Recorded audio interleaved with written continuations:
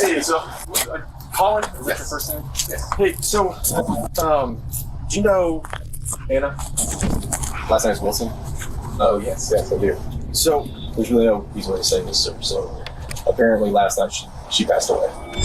This is Colin Strickland, and he was just told that his ex-girlfriend, Anna Wilson, was brutally murdered only hours ago.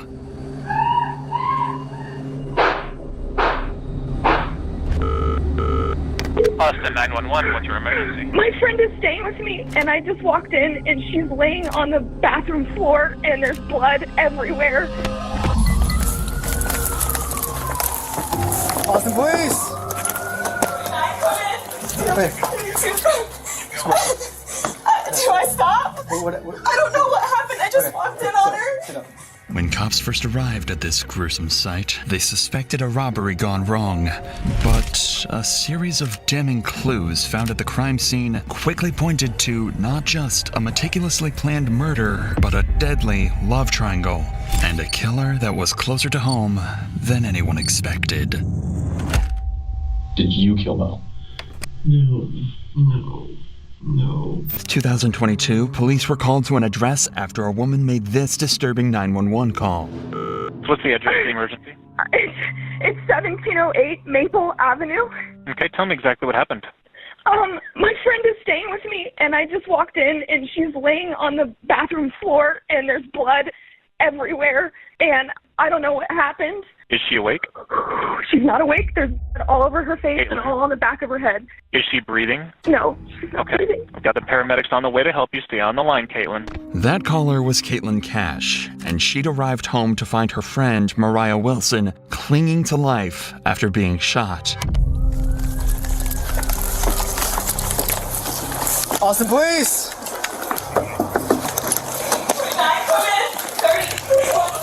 Hey.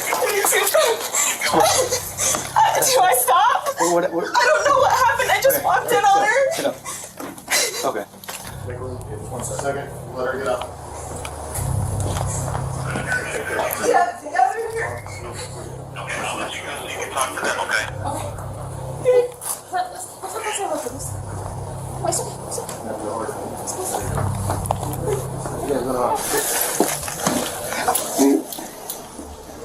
Yeah, the headshot. Nobody heard any shots? We don't know how long she's been down? No. And that's it. Yeah. Oh, we got CSF in there. After assessing the situation, officers noticed cerebrospinal fluid, or CSF for short, oozing onto the floor. This fluid surrounds the brain, meaning the bullets had actually pierced her skull and killed her instantly. This meant there was no saving her, no matter what anyone did. But officers could still bring her killer to justice, which is why they need answers right now. Answers that only Cash can give, as she is the only witness that officers currently have. Do you know if she's talking to anyone or any friends? I know you say you don't live here. Yeah, I knew she was with her friend Colin.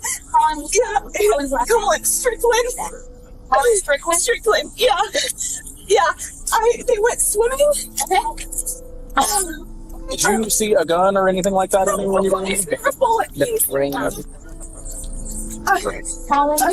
You said Colin Strickland? Strickland? Okay. Yeah. And you know where Colin Strickland is, right? No, but I have his phone number. I can call him.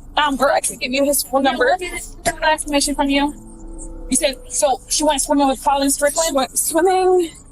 I left to go have dinner with my friends, and then I came back. Yeah, this is my house. This is my house. She's staying with me. Right now, police are a bit disoriented as to what exactly went down just hours earlier, but they would soon run into some evidence that would change everything. Worth noting is that situations like these can be extremely traumatizing for those involved. When was the last time you spoke with her? When I left here at 5:30. Are you guys friends? You and him are friends, or like acquaintances. Well, no, what car he drives is a cyclist. A cyclist? Yeah. Does he live in this area? He lives in South Austin. Does she have like a license or wallet up there at all? Do you know? I mean, she should. Yeah. She said she's from San Francisco? Well, she's from Vermont, but she's living in San Francisco. So she came to visit you? Yeah. Okay. Yeah, I'm just here for a bike race this weekend. Okay. Did her and Collins have an argument at all? Do you know? I don't have any idea. You know? The only thing I know is she said I'm meeting him to go swimming. Okay. What time was that? 5. 5 p.m. today? Yeah, I mean, I can see it in my text messages. I just When was the last time you saw her? Was that when you saw her? Or you had I eyes on left her? for dinner at 5:30. So you left dinner at 5:30. What time did you come back? Right 2 minutes before I called 911. Okay, so According to Cash, Mariah had been with Colin, her ex-boyfriend, all day and was home only a few minutes before she was found dead. This made Colin a major person of interest that the cops would interview later on. But for now, there are more pressing matters. It turns out Mariah was in town for a bike race and had brought along with her a $14,000 racing bike, which could have been a massive target for someone. And as the cops would soon find out, that bike was missing. It quickly became a possibility that someone could have been waiting for Mariah to be home alone and attempted to rob the bike, only for Mariah to resist and end up getting killed. This being their only lead, officers needed to trace down where this bike went, as it could take them straight to the murderer. That's her bike Cover. cover. Yeah. So where did the bike go? Probably there. Did she keep the bike in the garage, or where did she keep the bike at? So she's right through this first unit right here. This is her. And these are her leftovers. So this bike cover is the. Yeah. So where would her bike be at? Where would she keep her bike? I mean, it would be right inside the door. Yeah. Is her bike inside the door? Is there a bike? Anywhere? You see a bike? She said she would put it right by the door. No bike. That's negative, Jobs. With no trace of the bike in the house, officers decided to begin searching the woods nearby when they made a discovery that showed them they were on the wrong track completely, leaving them with absolutely zero leads. Hey, come here. Somebody might be in here. This might be the bike, okay? But hold on. Somebody might be in here.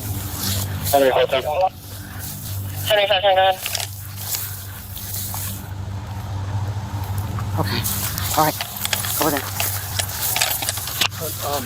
Airport 32, I located the bike.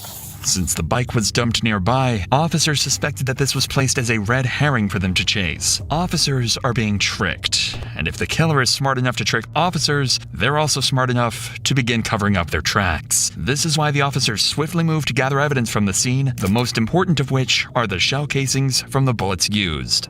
There's one right there. you said right there. Where? There's one right there. Okay.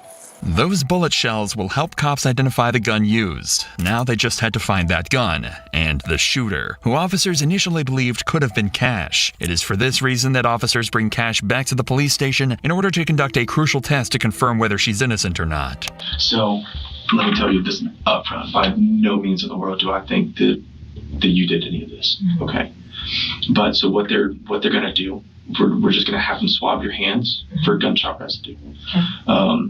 If we don't do this to you, then in court they can say, oh, what about this other person? Why didn't you do this part of the investigation? A GSR, or gunshot residue swab test of Cash's hands, presented a negative result. Considering that Mariah was in a very narrow space of the home, officers concluded that Kaitlin could not have been the one to murder her. Fortunately, though, Cash did provide an important piece of information. The last person in contact with Mariah was Colin Strickland. Digging deeper into this, cops discovered that the two were having drinks at a nearby cafe and have never suspected that this would be the last time that they saw each other. This is why Colin was an important lead who could give officers valuable insight about the events leading up to the murder. But before police went in to interview Colin, they noticed some houses in the neighborhood had CCTV cameras installed, which could possibly help reveal the killer's identity. When investigators watched the footage back, they found something very interesting.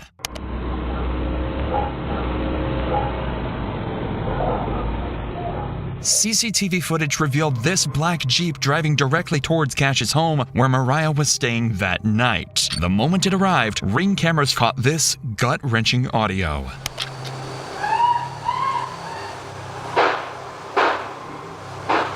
And immediately after the shooting, the killer escaped.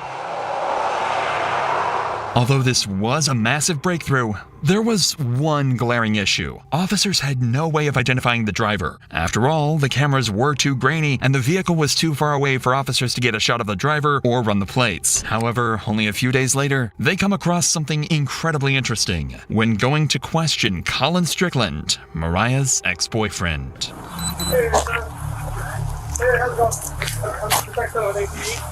This is the same black Jeep that officers saw on cameras parked right outside Colin's home. Hey, so Colin, that's the first name.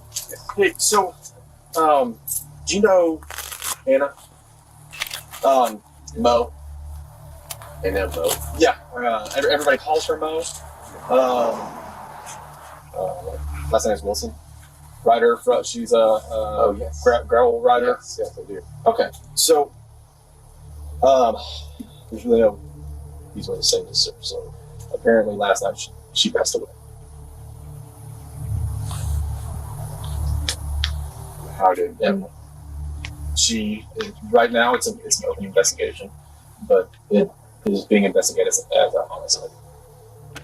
Right now, the cops know he was the last person to see her alive. They've discovered a vehicle in his driveway that matches the one captured on security cameras, and it even has a bicycle rack attached to the rear end. Colin Strickland has just become their #1 suspect, but he doesn't realize this yet, as officers continue to question him.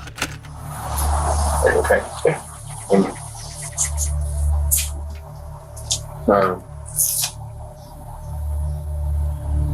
Wow. Do you happen to have her mom's address by any chance? I know that she lives in Vermont. I have an address for her brother, but we're just trying to send someone to her mom's address instead of us actually calling her over the phone. I didn't know. I don't have an address for her. We went to Deep Eddy yesterday afternoon, and then deferred her, and they dropped her at the apartment she's been staying at. Yeah. After about 6:30. The cop intentionally avoided telling Colin how Mariah died, as they do with any suspect in a murder case, but they notice his body language is concerning, as he is barely able to look them in the eyes. This could either be because of pure shock, as the two had spent the previous day together, or in the worst case scenario, he's afraid to look them in the eyes because he had something to do with the murder. So to uncover these secrets, police started looking into Colin's life and his history with Mariah. This is when they discover Kaitlin Armstrong, Colin's girlfriend who separated from him in October 2021, but then got back together a month later in November. However, during their breakup period, he had a month-long romantic affair with Mariah and remained in contact with her even after he resumed his relationship with Kaitlin. Immediately, officers begin suspecting that Kaitlin could be one of the major suspects in this investigation. These suspicions were further confirmed when they ran the plates of the black Jeep and found that it didn't belong to Colin, but it was actually owned by Kaitlin. Considering that Colin was good friends with Mariah and Kaitlin hated this made her a suspect in this investigation. So to get to the bottom of this, officers bring in Colin 2 days after the murder in order to achieve two objectives with one interview. The first would be able to see whether Colin has a solid alibi that he can present to the officers. After all, whether he did it or not, Colin was the last person to see Mariah alive. And the second is to gather information that can be used against other suspects, like Kaitlin. And you said that y'all left around like 6:30 to. I don't think that's accurate anymore, because we must have run over at about 7:45 or even later, probably maybe more like 8. Yeah. Just as it was getting dark. Okay. Because we went straight to her place and it wasn't dark yet, but it was. I got you. It was getting cooling off, and it was like Austin evening. If you remember that. Okay. Well, what about whenever y'all were at the bar? Was there anybody that was like watching y'all, or like just was acting weird with Mo, or Mo didn't know she doesn't live here, so no, not at all. Yeah. Nobody. Anybody that did like try to hit on her at the bar or anything, or no? Okay. No, not that I saw. Nor that she mentioned. I didn't notice anything out of the ordinary, to be honest, at the bar. The cops are looking for more than just details of what he and Mariah did that day. They're going to try and figure out why exactly the black vehicle from the murder scene was conveniently parked at Colin's home. Whenever I was over there earlier, I saw there was the other car, because you said that you drive a motorcycle and then you drove the Mercedes. Drove Mercedes. Up here. I guess the other one is hers. My girlfriend, Kaitlin. Okay, so that belongs to her. Okay. Yeah. All right, so you got back around like 7:30. I don't know exactly when that was. I think I had texted Kaitlin as I was leaving, just saying, hey, are you still out getting food? Yeah, more like 8:30 is when I dropped her off at her house. Okay. Like just before dark, because I texted Kaitlin as I was like after I left. Okay. And that was whenever you... It was 8:36. And I think she was in her yoga class. She showed up in clothes. So you're getting back home. She's not home. What time was it that she got home? Short right after I texted her, probably 9:20 or so. That's 9:21. Okay. Like where had you been? Like that whole... She had actually a laser hair removal appointment, she said, at 7 p.m. downtown. Uh-huh. And then after that, I'm not exactly sure. She had texted me asking if I wanted to meet up, and I didn't reply. And then I didn't see her or hear from her until I was back at home. And did she say anything like whenever she got home of like where she'd been? No, but she was in her like a yoga outfit, carrying a yoga mat. Although Colin had heard from Kaitlin the night of the murder, he couldn't give her a solid alibi and didn't even know exactly where she did her yoga classes. He also managed to avoid mentioning his romantic affair with Mariah, but he'll soon be left with no choice but to tell the cops everything. So how long had you and Kaitlin been dating? About a year and a half, maybe 2 years actually. Okay. And then how long was it that y'all had broken up whenever you and Mo got together? Not very long, actually. While you were dating Mo, Kaitlin was still living with you? She was moving out. Oh, okay. I mean, she had another house. She had a sister in town, and yeah, it was definitely very... I was about to say, that would probably be pretty... It definitely was. Awkward. It was kind of almost like something I felt like I felt like to force the situation, which is stupid, but... So... Why was it that you had to change the name from Mo? Oh, in your phone? Just because because in the past Kaitlin has looked at my phone, and I just didn't want to surface. Basically, I would always start fights. Exactly. Basically, nobody else can have you. Yeah. Yeah. You know. So it gets kind of jealous. Yeah, Understandable. I mean, it wasn't exactly unique to Mo or anything. Yeah, I got you. After listening to Colin, officers achieved what they set out to do. First, they cleared Colin, who had texts and times to back up his alibi. Secondly, they managed to gather information about Kaitlin, whose entire story is shady. That means that out of the 3 suspects that officers have, Colin, Cash, and Kaitlin, only Caitlin's movements are entirely unaccounted for. This is why cops were now more suspicious of her than ever, but had no irrefutable evidence to arrest Kaitlin. At least, not until the cops searched the police database and hit the jackpot. Kaitlin Armstrong had a warrant on her head for a minor infraction. It was all they needed to bring her in and then use it as an excuse to question her about Mariah. All right, so I'm Detective Connor, and so my partner is actually talking to Colin right now. So I wanted to come in here and start chatting with you and everything, so you don't have to wait super long. So it sounds like you may have some information, may have witnessed something, so I just wanted to chat with you about some stuff.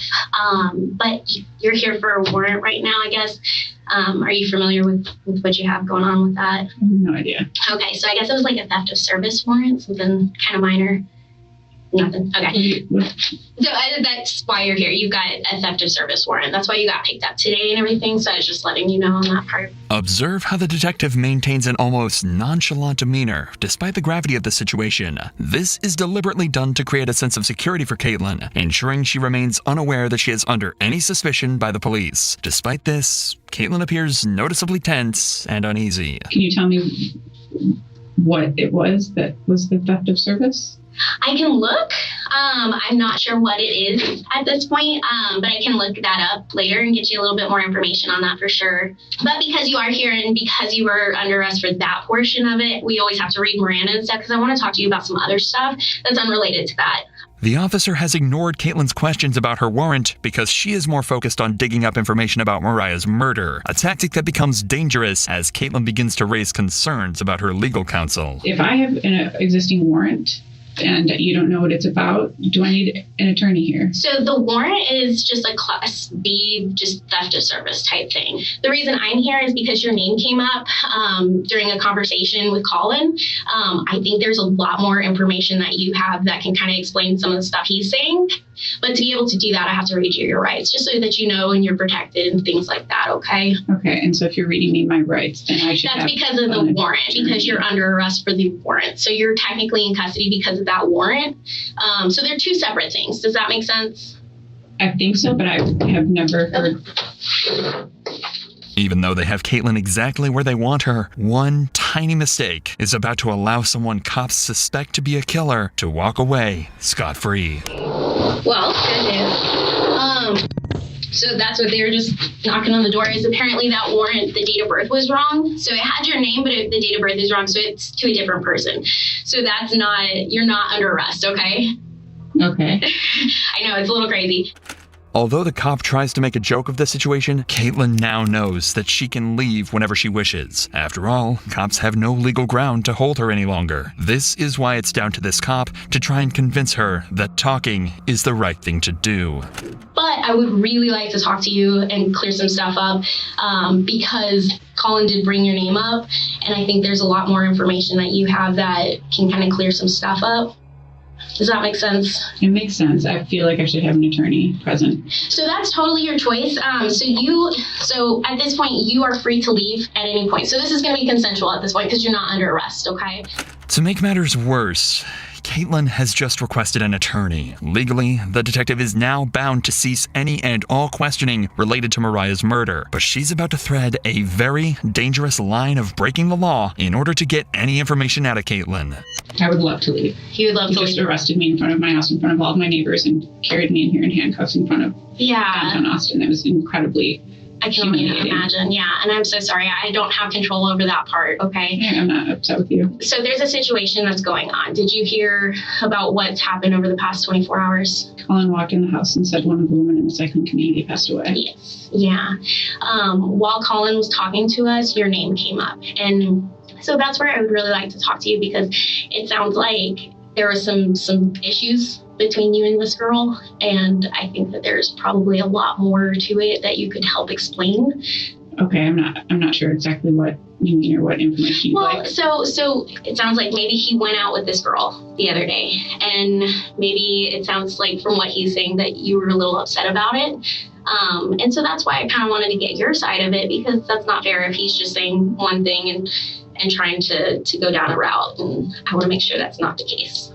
That is not accurate. Yeah, and that's why I wanted to chat with you because it's a guy. He's going to say stuff. And so we want to make sure that we get both sides of the story and everything and clear it up. So what were you doing yesterday? I would like to leave, I think. You'd like to leave? Yeah. Okay. But understand if you do, then we only have one side of the story to go on. Mm-hmm. And from what we're hearing from Colin, you know, it's one side and Well, I just am uncertain as to even what you mean or what he could have said because I didn't have any idea that he saw or went out with this girl. Okay, yeah. Recently. Has he been like talking to her on the side? I don't actually know, and I would like to leave. Okay. At this point, getting Kaitlin to talk willingly seems like a lost cause. She knows she can walk out of the station and nobody can stop her. So the detective decides to drop their bombshell evidence in the hope she might crack. And your vehicle was seen next to her house, and we needed to talk about that, okay? Because when he's saying this stuff and then your vehicle is seen, like, I want to be able to explain, okay, there's a logical explanation for this. Maybe you were upset and you were just in the area or something. Like, I don't know because I don't have your story. When I can't explain that and all I see is that your vehicle's over there, that kind of makes it look not too good, right? Okay.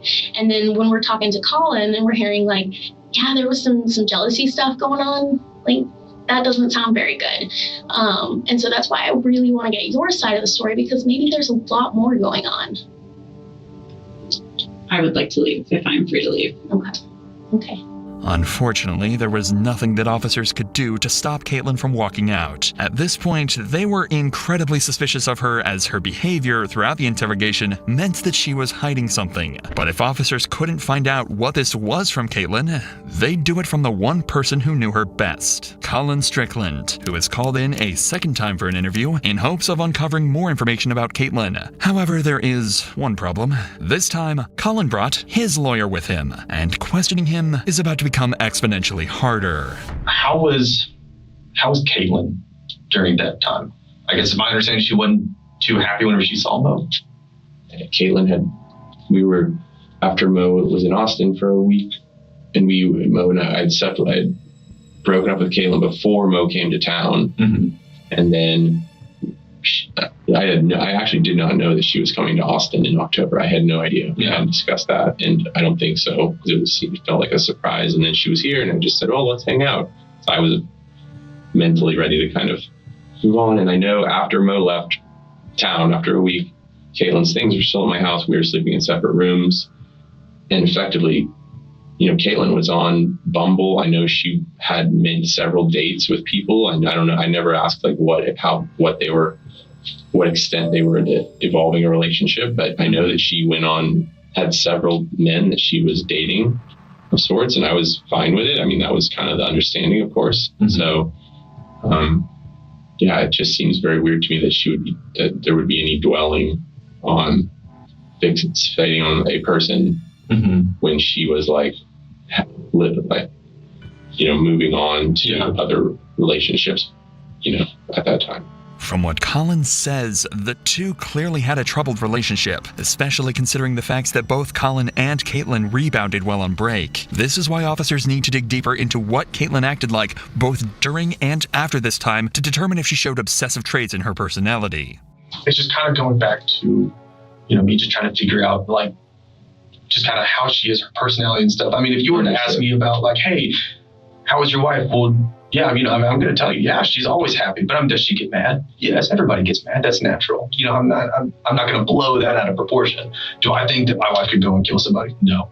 There's no way in the world. Do I think my wife would hit somebody? No. Now, if you ask me that about my 6-year-old son, yeah, it wouldn't surprise me if he wouldn't punch somebody at all. I think Kaitlin would hit somebody. No, I honestly don't, because it would be too. I don't know. Do I think Kaitlin could kill somebody? No, I don't. If Kaitlin had been planning to murder Mariah, Colin was about to make it clear he suspected nothing all along. I said, I think y'all need to stop talking to each other. You need to separate yourselves from each other while the fact finding is going on. That's something that would be helpful. Of course. And so I don't think there's been very much. There's definitely not been any being together. Since she left, and I left Friday midday, eventually to get a new SIM card for my phone, which I assumed was okay. Yeah. Have the same number. You're allowed to have a phone. Yes, right. Yes. And then saw Claire. Since then, I haven't spoken with Kaitlin or seen her. And so the two detectives came by my house yesterday, looking at asking if she was there, if I had seen where she was. And my father had contacted her yesterday morning. He had gotten in touch with her. I gave him the number that Kaitlin had given our mutual attorney. Has she ever mentioned in the past of wanting to hurt Mo? No, she's never mentioned wanting to physically hurt. Okay. Do you think that she is capable? If I thought she was physically capable of hurting another human, I would have extricated myself immediately from that situation. Not so much for my own personal safety, but my concern for another human. So what's that answer? The answer is no. Okay. I don't believe in any way she's capable of that. Okay. The gun range that she visited with her sister, do you know where that gun range is? I think it was on South I-35. I told them to go to the Reds, which is now something else, which is the one I drove past on my way to school for 12 years at the Waldorf school. But they went to another one because a mutual friend had been there. You bought the guns, right? I bought the guns, yes. When was that? I think early December. Okay. There's a receipt with them. I'm sure you could look at the receipt. In an ironic twist, Colin had bought Kaitlin a gun for self-defense, but after police conducted a firearm examination, it just so happened that the bullets it used were the same caliber that were found near Mariah's body. So far, the cops had evidence of Kaitlin's car at the scene, they knew about her obsessive behavior, and they knew she owned the same model of gun that was used to kill Mariah. But while they searched for her whereabouts, the investigation continued to uncover crucial and damning evidence that not only heavily suggested Kaitlin was responsible for Mariah's death, but also cleared Colin of any wrongdoing. The cops gathered all cell phone data and compared it to the surveillance footage, allowing them to map the movements of Mariah, Colin, and Kaitlin on the night of May 11th, 2022. Colin and Mariah were at Pool Burger after their swim and were there around 7 p.m. When they left, they headed to Maple Avenue but didn't realize that Kaitlin was stalking them and was driving in the same direction. Kaitlin thought that turning off her cell phone would cover her tracks, but the surveillance footage caught her, and what it shows is a black Jeep eerily similar to Kaitlin's closing in on the house where Mariah was killed. As Colin dropped Mariah off at the Maple Avenue address, both were completely unaware that Kaitlin was secretly stalking them only yards away. The same black Jeep had driven down the back alley of Maple Avenue and was slowly heading toward Mariah's address. Moments after Colin left, a neighbor's doorbell camera captured audio of Mariah screaming for her life before she was murdered.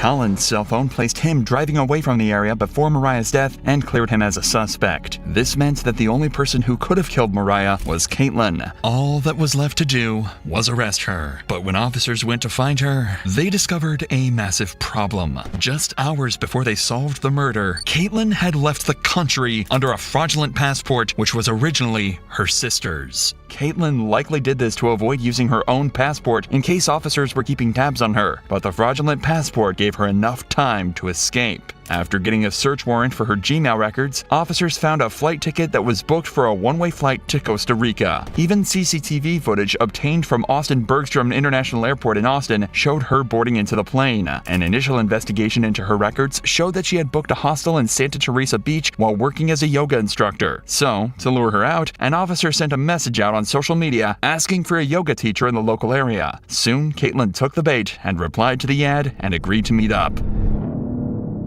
But in the month that she'd been on the run, she'd taken some extreme measures in order to conceal her identity. Kaitlin had undergone several surgical operations to alter her appearance, but there was no fooling the arresting officer, who recognized Kaitlin from her eyes. She was arrested and flown back to the United States, where she was charged with attempted murder. However, that wasn't the end of it, because in October 2023, Kaitlin tried to escape again by taking advantage of a doctor's appointment outside of jail. She can be seen here fleeing from the cops after she jumped from a bathroom window. This time, she was caught almost instantly. If the several attempts to escape justice and falsifying of documents weren't enough to convince a jury Kaitlin was guilty, then the surveillance footage and the testimony of Colin Strickland, and most importantly, the ballistic analysis that matched the gun to the shell casings found at the scene of the crime certainly were enough to convince them. Consequently, a year and a half later, on November 16, 2023, Kaitlin was found guilty of first-degree murder, and she was sentenced to 90 years in prison for the cold-blooded murder of Mariah Wilson.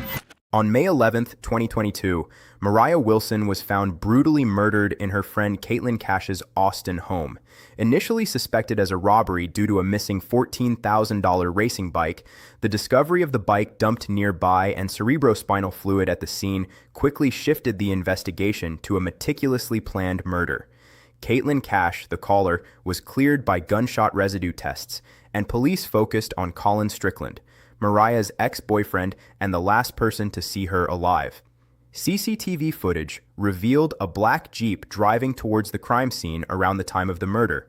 Days later, officers found the same black Jeep, owned by Colin's girlfriend Kaitlin Armstrong, parked outside Colin's home. The love triangle motive emerged. Colin and Mariah had a month-long affair during Colin's brief breakup with Kaitlin, and he remained in contact with Mariah, fueling Caitlin's jealousy. Kaitlin Armstrong became the prime suspect, but an attempt to question her using an old warrant failed when the warrant was discovered to be invalid. Despite being free to leave, detectives presented her with the evidence of her Jeep at the scene and Colin's testimony about her jealousy. Kaitlin refused to cooperate and requested an attorney, then left the station. In a second interview, Colin Strickland, now with a lawyer, confirmed buying Kaitlin a gun for self-defense. Ballistic analysis later matched this gun's caliber to the shell casings found at the murder scene. Cell phone data and surveillance footage placed Colin driving away from the scene before Mariah's death, clearing him. In contrast, Caitlin's movements aligned with the black Jeep at the crime scene, and a neighbor's doorbell camera captured audio of Mariah screaming after Colin left. Hours before her arrest, Kaitlin fled the country using her sister's fraudulent passport, flying to Costa Rica. After a month on the run, she was located working as a yoga instructor, having undergone surgical operations to alter her appearance. She was arrested, extradited, and charged with attempted murder. In October 2023, she attempted another escape from a doctor's appointment but was quickly apprehended.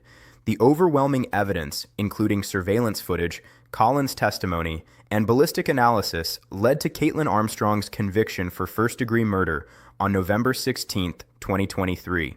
She was sentenced to 90 years in prison.